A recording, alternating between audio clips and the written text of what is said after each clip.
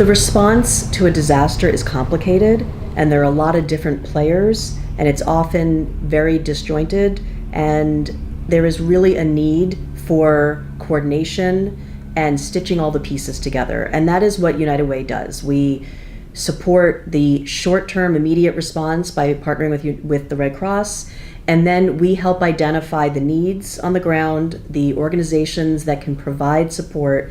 We connect our philanthropic partners, our government partners, so that everybody is working together towards a solution in a more coordinated way.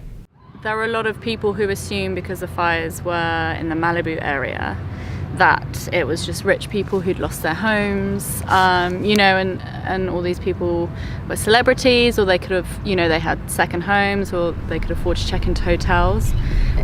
It wasn't just rich people who lost their homes, it was people from all walks of life.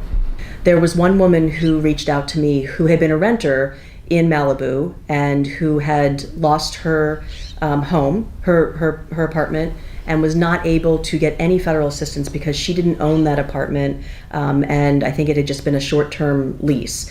So she didn't know what to do. She had a broken down car, her motel voucher had ended, and she called asking for any help that United Way could provide. And she shared about all the different organizations who've helped on the ground, including the Red Cross and other organizations who've provided gift cards, who provided clothes. But what she was really in need of was some long-term housing. She said, if I can just get some place to stay permanently and safely, I can be back on my feet in 90 days. So this woman called me back the other day to share where she's at and what has happened since we spoke in November.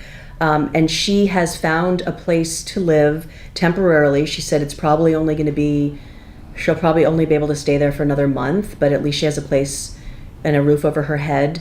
She's still trying to get some support. She has her own small business, and she said that she's lost hasn't been able to work as much, and so she doesn't have enough money. And so she's still relying on getting, food support, cash, gift cards. She thinks she's going to be okay. And what was amazing about her is that she's more concerned about the other families and individuals she met at the shelter who didn't have a place to live. She shared about one family of 6 who came from the Midwest and were staying with a relative who lost his home in the fire and is not able to provide them any support, and they are just homeless. They don't even have a car. And she keeps asking, how can we help this family? So we've connected her with some of our partners to make sure that they reach out to this family. But it's the issues facing a family of 6 with no car, no home, they're complex.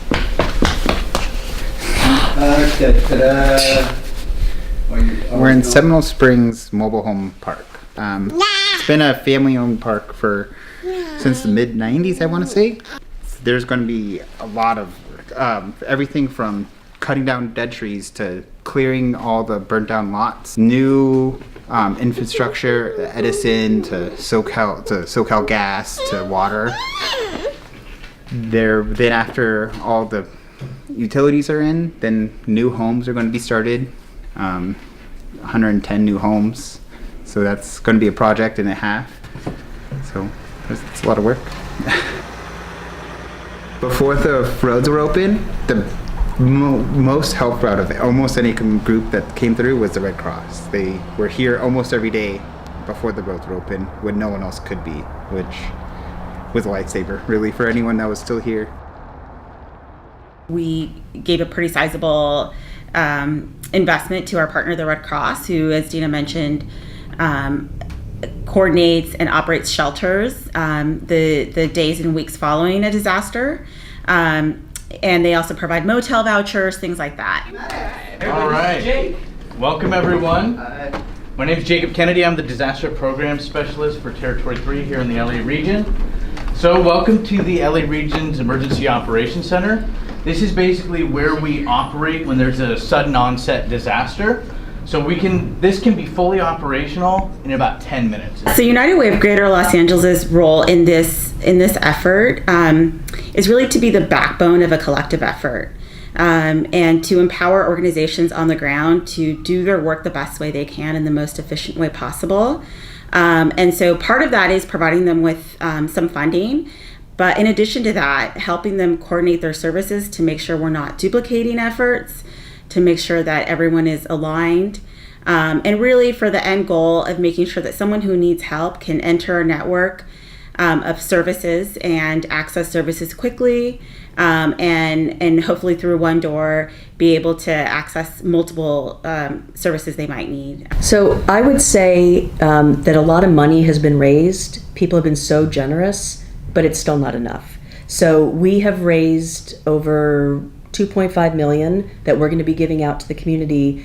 But when you think about the number of individuals affected, they're not going to get a huge amount of money. Some of that will come in the form of services, some will come in cash assistance, but we probably won't be able to make people whole. One of the biggest challenges is housing, finding affordable housing. So there's not a lot of affordable rental properties in the affected areas or even nearby where their lives are. So they're struggling with homelessness, with the issues of affordable housing that are facing our county already. This is just magnifying that and making it worse. So there are some long-term systemic challenges, and we need to recognize that this is not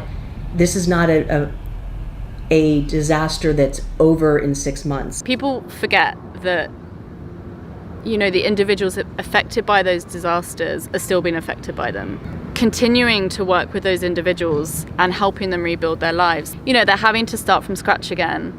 Even though the period of disaster relief has passed, getting donations and volunteers and help for charities like the Red Cross is, if not more important now, because there's not the media attention that there was. I really see our role, I see United Way's role as the backbone of that effort. And we really give our organizations the space to focus on the things that they're really good at.